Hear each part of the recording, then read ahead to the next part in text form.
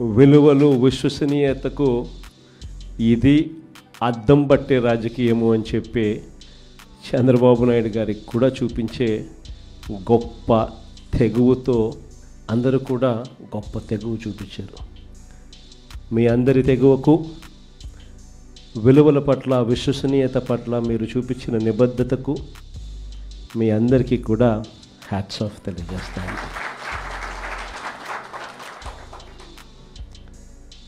మన రాజకీయాలకు, చంద్రబాబు రాజకీయాలకు మధ్య తేడా ఈ 12 నెలలు ఆయన పాలన చూస్తే చాలా తేడా కనిపిస్తుంది. అసలు రాజకీయాలు అన్నది ఒకవైపున మనల్ని చూసినప్పుడు రాజకీయాలు అటువైపున కనిపిస్తాయి. ఈ 12 నెలలు చంద్రబాబు నాయుడు రాజకీయాలు చూసినప్పుడు రాజకీయాలు ఇటువైపున కనిపిస్తాయి.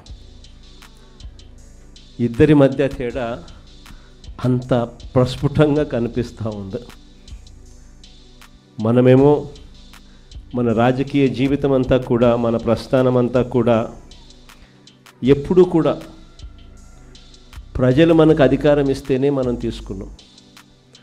దొడ్డిదారిన వెన్నుపోట్లతోనూ మోసాలు చేసి ఏ రోజు కూడా మనం రాజకీయాలు చేయలేదు. మరోవైపున చంద్రబాబు నాయుడు చూస్తే ఆయన ప్రస్థానం అంతా కూడా స్టార్టింగే వెన్నుపోట్లతోనే స్టార్టింగ్. అక్కడి నుంచి మొదలు పెడితే ఆయన ప్రస్థానం సొంత కూతుర్నిచ్చిన మామను ఎన్టీ రామారావు గారిని వెన్నుపోటు పడడం దగ్గర నుంచి మొదలు పెడితే, ఆ తర్వాత అధికారం కోసం ప్రజలను ఒకసారి కాదు, 2 సార్లు కాదు, ఎప్పుడూ ఆయన జీవితం అంతా కూడా ప్రజలను కూడా వెన్నుపోట్లు పొడుస్తూనే ఆయన రాజకీయాలు సాగిస్తూ వచ్చాడు. ఆశ్చర్యం కలిగించే విధంగా ఇద్దరి మధ్య తేడా కనిపిస్తుంది.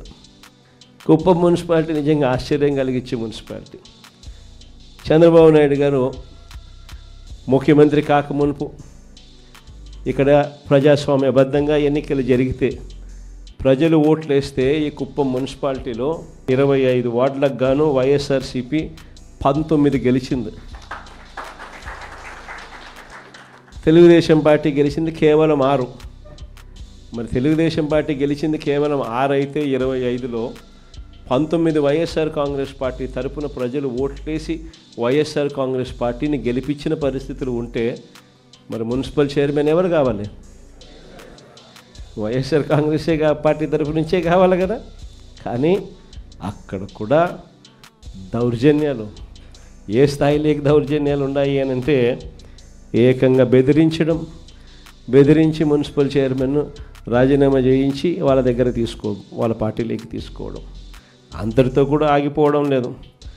చంద్రబాబు నాయుడు స్వయంగా ఇది కుప్పము, నా మున్సిపాలిటీ, నేను ముఖ్యమంత్రి, నేను రాక్షస సామ్రాజ్యానికి రాజుని, నేను ఒక రాక్షసుడిని, నా కుప్పం నియోజకవర్గంలోనే ఎలా రాక్షస పాలన చేయాలో నేను నేర్పుతాను, రాష్ట్రం అంతా కూడా తెలుగుదేశం వాళ్ళంతా కూడా ఇలానే రాక్షస పాలన చేయండి అని చెప్పి ఇక్కడి నుంచి సంకేతం ఇస్తున్నాడు. ఇచ్చి బలవంతంగా ఈ మున్సిపల్ చైర్పర్సన్ పోస్టు కూడా వీళ్ళే తీసుకున్నారు. నిజంగా ఆశ్చర్యం అనిపిస్తుంది. 6 గెలిచిన మీరు, 19 గెలిచిన మేము, అయినా ఈ కుప్పం మున్సిపాలిటీలో మీరే చైర్మన్ అని చెప్పి మీరంతకు మీరే చెప్పుకుంటూ మీరంతకు మీరే ఒక్కొక్కరికి 50 లక్షలు. ముఖ్యమంత్రిగా ఉన్నావు, నువ్వు చేయాల్సిన పని ఇదే.